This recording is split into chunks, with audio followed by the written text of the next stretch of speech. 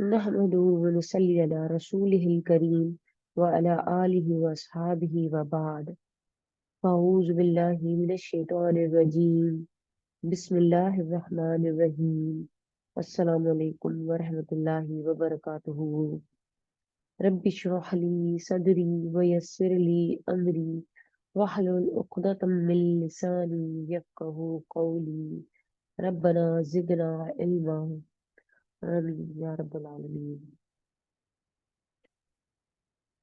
Today, inshallah, we are going to start a study of al-Balagha. Alhamdulillah. Uh, so, before starting with the actual Balagha, today, inshallah, Ta'ala, we will be speaking about two very important terms of Ilm al-Balagha. So, let's now begin with the lesson. Uh, these two things that we are going to talk are al-fasaha and al-balagha. So, what is the definition of al-fasaha in the Arabic language linguistically? So, what are these? First of all, we'll see that we'll have a quick difference between them. We'll see what is the difference between them. So, al-fasaha deals with the eloquence of the actual content of the speech.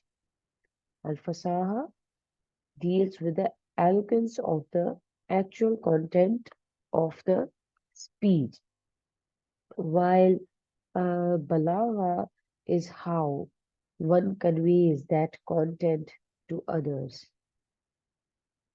This is just to give you an introduction of what we are going to study, and we are now going to going into details of al-fasaha and al-balagha.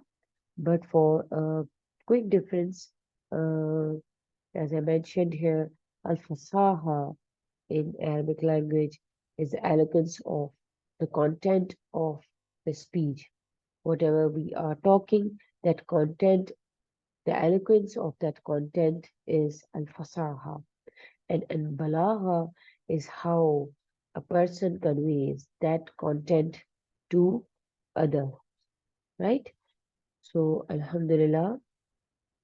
Now, first of all, we are going to see the linguistic meaning of al-fasaha. As I mentioned here, so that now you already have a general idea what is fasaha and what is balagha, and this is how they are different from one another. Okay, so let's now begin with al-fasaha. So first thing uh, that we are going to look at when we speak about al-fasaha is the definition, the tarif, right? So the tarif, what does al-fasaha mean in the Arabic language? Uh, Lughatan. So here, well, when we talk about lugha, that means that the scholars meant by this is the linguistic meaning of uh, of a word, and words have different meanings. From them is the linguistic side, right? So, for example, we can say that what is the meaning of as-salah? So, in Arabic language, as-salah linguistically mean a dua. So, likewise, fasaha linguistically mean الإبانة والظهور والجودة. الإبانة والظهور والجودة. The clearness, the clarity, and the quality. This is what al-fasaha mean, and this is how we are going to say it linguistically. That it is al-ibanatu was-zuhuru wal-jawdatu. The clearness, the clarity, and the quality. So now we are now going to take a look at how this word is used in the Arabic language. So it is said that, look at the first example, that it is said that فَصُحَ الرَّجُلُ. فَصُحَ الرَّجُلُ. So once a person is able to speak fluently or eloquently without any strangeness in his language or speech and pronunciation, it is said that this person is fasuhar rujulu, he is eloquent in his speech.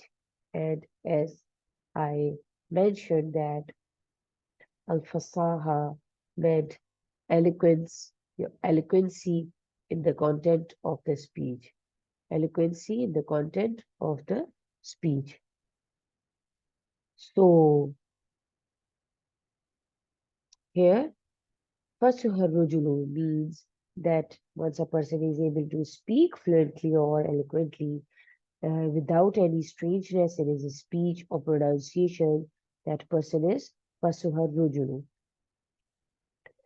And that thus that man became eloquent and fluent in the Arabic language. And now look at the second example.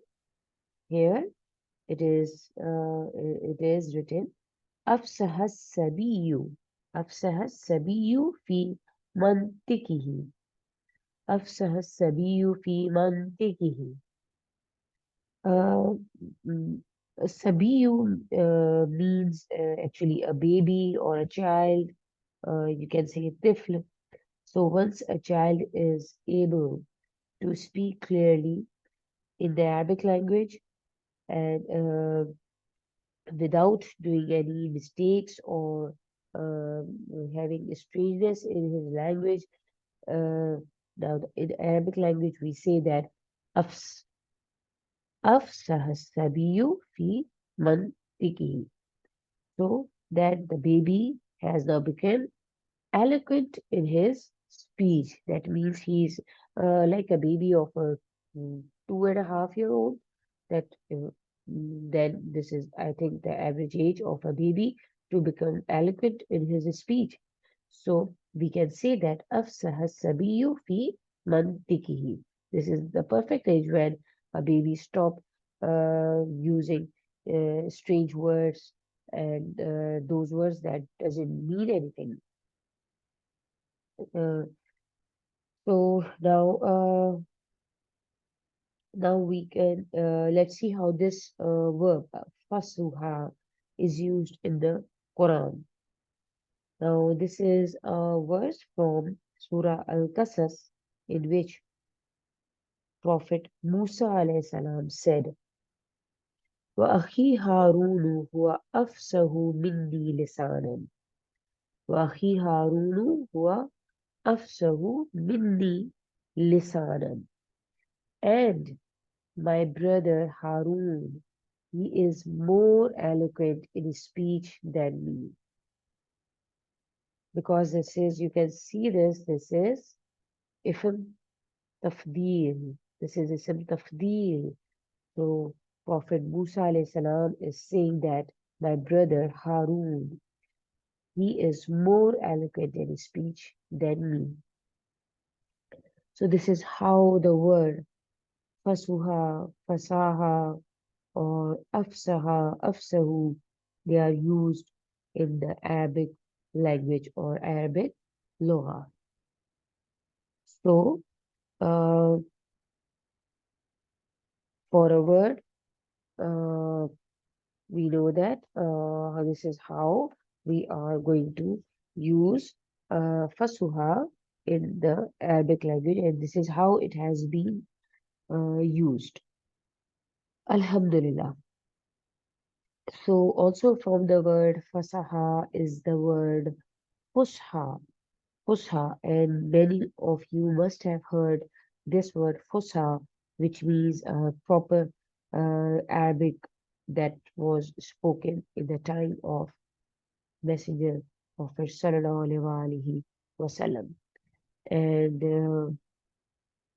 this fasaha uh, and afsaha have same root letters, but they have different verb forms.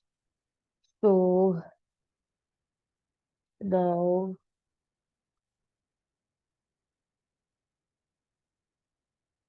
let's see here. Fasaha is, we can say that fasaha is the description that can be applied. That means the eloquency of the content can be applied to a word, that is a kalima, to a speech, that is the kalam, to a person, that means the speaker or the mutakallim. So, fasaha, the eloquency of the word, as we learned, it can be applied to a word. That means a word can be, we can say that this word is eloquent or this word is not, and it can be applied to the kalam, a full speech, and to a person, that this person is fasih, this person's language is clear, eloquent. So let's see how we can apply fasaha and what are the factors that we should learn, that how these three uh, things, this kalima, kalam, and mutakallim will be fasih or will have fasaha in them, in their content. So, what are those factors that can affect their eloquency? So, let's start with the word first, the kalima. So, for a word to be considered as fasiha, it must be free of the following factors. Okay, so when a word becomes eloquent, how can we consider that a word is eloquent, that a word is fasih, that it should be, it should avoid, it should avoid these three factors. A word should not have these three factors in it, in the content. The first one is tanafurul hurufi. Tanafurul hurufi. And inshallah, we are going to see them in detail. Al-Gharaba. Second is Al-Gharaba. The third is Mukhalafatul Qiyas. Mukhalafatul Qiyas. So let's see what is the first one. Tanafurul Huruf. Tanafurul Huruf. The meaning of Tanafurul Huruf means when a word, the word should avoid tanafur of the huruf. And what is tanafur of the huruf? That it should avoid those letters that makes it extremely difficult to pronounce. That it should avoid, or you can say that tanafurul huruf is when the combination of the huruf that constitutes that kalma cause difficulty in its pronunciation. Causes difficulty in its pronunciation. Those combination of the huruf from which the word or kalima is made up causes us difficulty in the pronunciation. So let's see an example. We can see here the first word is ho ho. Ho ho. This is our first word, ho, which meant plant which camels graze on, right? So it's like you're trying to get something out of your throat, or it's like you are trying to vomit something. So ho. So this is quite a weird word. So and it's kind of hard to pronounce. So uh, actually, it's very hard to pronounce these letters together. And now imagine that speaking it in a way that we speak, because the letters have ha, ha, and ain. And those who know about tajweed, they know that their makharij are different. Their makharij are different from one another, and their descriptions, even their sifat, are completely different. For that reason, it's really hard to pronounce these letters together. And because of that, for a word to be considered fasih, it must avoid uh, being a word like ho. And what does actually it mean? So some scholars say that it has no meaning in the Arabic language, but others say that it does have a meaning, and it actually means either it will be like a name of a tree, or it's like a particular black plant. And as I mentioned, that plant that a plant which camels graze on. So there is a difference of opinion as to its meaning. Uh, so there is an event happened in the past as well. However, I think, however, this word has been attributed to some Arabs in the past, that they use this word in their speech.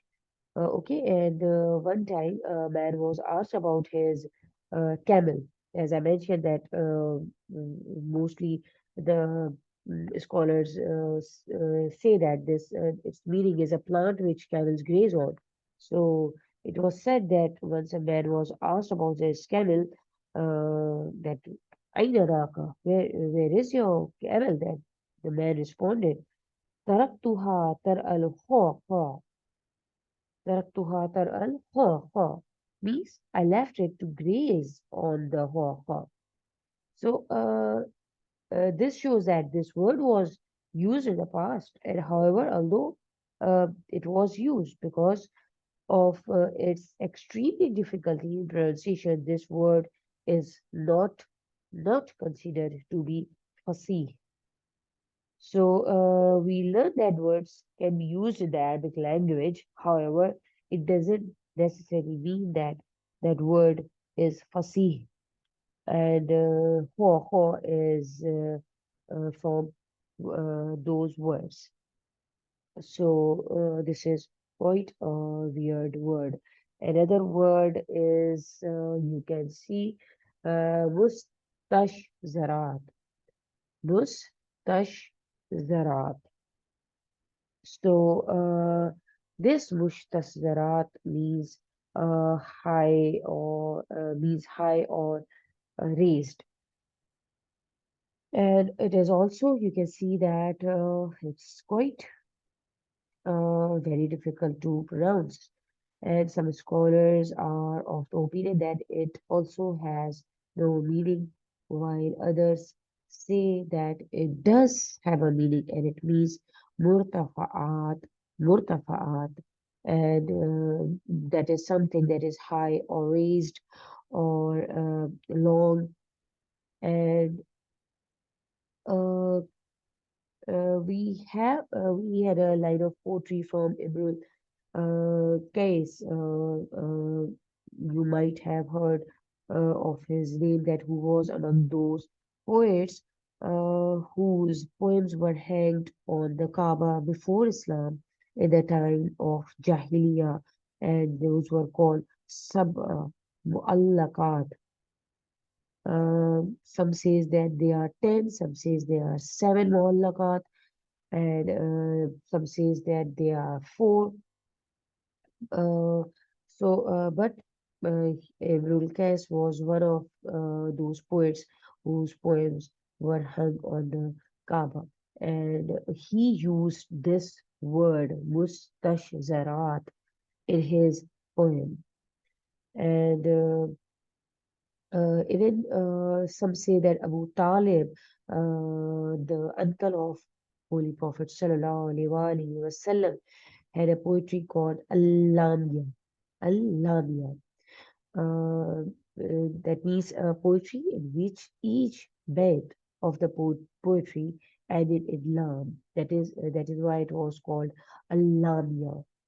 And Sheikh Abi Usaimin mentioned that the level of Abu Talib's poetry was deserving of being hung over the Kaaba, but his poetry wasn't hung. But Imrul Qais' poetry was hung. So these poets, when they wrote their poems, they were the most eloquent poems at that time, and as a result, it was written in golden water, and they were hung on the Kaaba. So, as I mentioned, that this mustashzarat was one of the words that that Imrul Qais mentioned in his poem, and it means something ala, something raised or high. So again, because of the difficulty in the pronunciation, this word they say that it is not considered as fasih, and although it was used in the Arabic language or and in the poetry of Ibnul Qais, but because of its difficulty in the pronunciation, it is not considered fasih. So. Uh, these two are very good examples of Tanafurul Huruf, means those words that the combination of the huruf that makes a word difficult to be pronounced. So a word, if it is considered to be fasih, it should avoid it should avoid Tanafurul Huruf. Alhamdulillah. So let's talk about the one other factor which a word should avoid, or which a word should be free of, is uh, al-gharaba. Al-gharaba. And al-gharaba means the word should avoid strangeness in its construction or meanings. Means when the meaning of the kalima is unclear and uncommon among the fusaha. When they thought that the meaning is unclear and uncommon, and it has a strangeness in the construction as well. So uh, let's look at the examples. The first example is takaka. Takaka. Takaka means it means ijtama'a, together.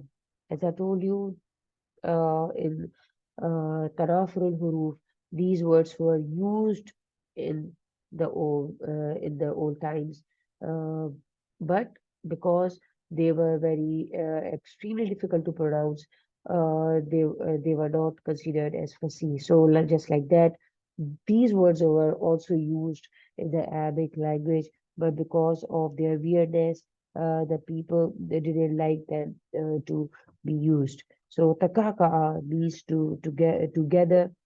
Uh, means people don't use this word. It's a quite rare word, and it means ijtama'a. Uh, Alhamdulillah. So what is the next word?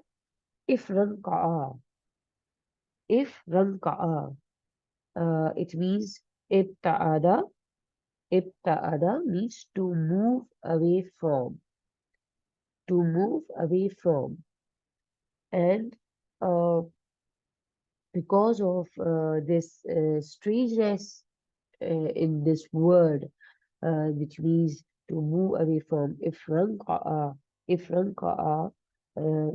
this word is not considered fasih in the Arabic language. So, what is al-gharaba? Al-gharaba means the words should avoid the strangeness in its construction or meaning. And the examples are takaka'a, ijtama'a, which means ijtama'a, ifranka'a, which means ibta'ada. So we learn about two things, tanafurul huruf and al-gharaba. So the last thing for today that we are going to see and about kalima uh, is the mukhalafatul qiyas. It's the mukhalifatul qiyas. So what is mukhalifatul qiyas?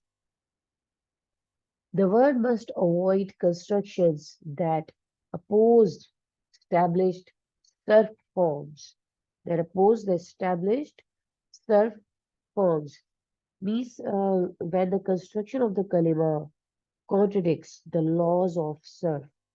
The laws of surf and means they do not follow the the rules of the construction of the surf forms. That particular word is not considered to be fasih. And most of you have already learned about, you know about what is surf, how, what are the families in surf, how those words are formed. So you already know about it. So when a word avoid or when a word just do not follow the rules of the surf forms, that word is not considered to be fasih, and it is the third part, that mukhalifatul qiyas. That means it is it is opposing the surf forms. It is opposing the surf forms. So you can see here a few examples. And what are these examples? First of all, Jalilun. You can see Jalilun. The and its ism tabdeel form is Jallu. Jallu. The other word is Madidun, and again its ism tabdeel form is Amaddu. Amaddu, Ajallu for Jalil, Amaddu for Madid, and Ashaddu for Shadidun. So Ajallu means someone that is noble or highly ranked, and Madid is from long, means long and extended, just like Mad that we see in Tajweed rules, long, extended, prolonged, and Shadid is Shaddu means intense. So and we can see that the correct form for those types of words in which two letters are repeated, uh, we put a shadda. So now instead of saying a jallu, uh, if we say ajlalu, ajlalu, ajlalu, on the scale of afalu, this would be considered as opposing the standard surf forms, which is, of course, not considered to be fasih. It will not consider to be fasih if we are going to break this lam into two and we will say ajlalu. So it will not consider to be fasih because it is contradicting the rules of sarf. So there is an example, this ajlalu. So how this word was used in the past. Uh, there is was you know about bin Qudama, Fadl bin Qudama, you know, he was making dua and he said, and he used this word ajlalu in his speech, and he said, Alhamdulillah al-Aliyil ajlali, Alhamdulillah al-Aliyil ajlali, instead of saying Alhamdulillah al-Aliyil ajallu. Jalli, in fact, Jalli. So all praise is to Allah, the Most High and Magnificent. So, according to the rules of Sarf, he should have said Jalli instead of Ajlali. So, this was against the rules of Sarf, and that is why it is under the category of Mukhalafatul Qiyas, when a word does not follow the Sarf forms, and it is then considered to be uh, not fasih. So, Alhamdulillah, for today we are done with the three things that a kalima, that a word should avoid to be considered as fasih. And what were the three things? Tanafurul, what were those three factors? Tanafurul huruf, al-gharaba, and mukhalifatul qiyas. Tanafurul huruf was when the letters or the words should avoid letters that makes it extremely difficult to pronounce. Al-gharaba was the strangeness in the construction of the word, uh, or the strangeness in its meaning. And mukhalifatul qiyas is when a word does not follow the regular surf forms or the rules of the surf. So then that word should not be considered as fussy. So these were the three factors that a word should avoid. So, Alhamdulillah, we are done with the first type for that is a word, and inshallah, in the next classes, we will discuss about kalam and mutakallim. Alhamdulillah. So, see you in the next class. Barakallahu feekum. Assalamu alaikum wa rahmatullahi wa barakatuh.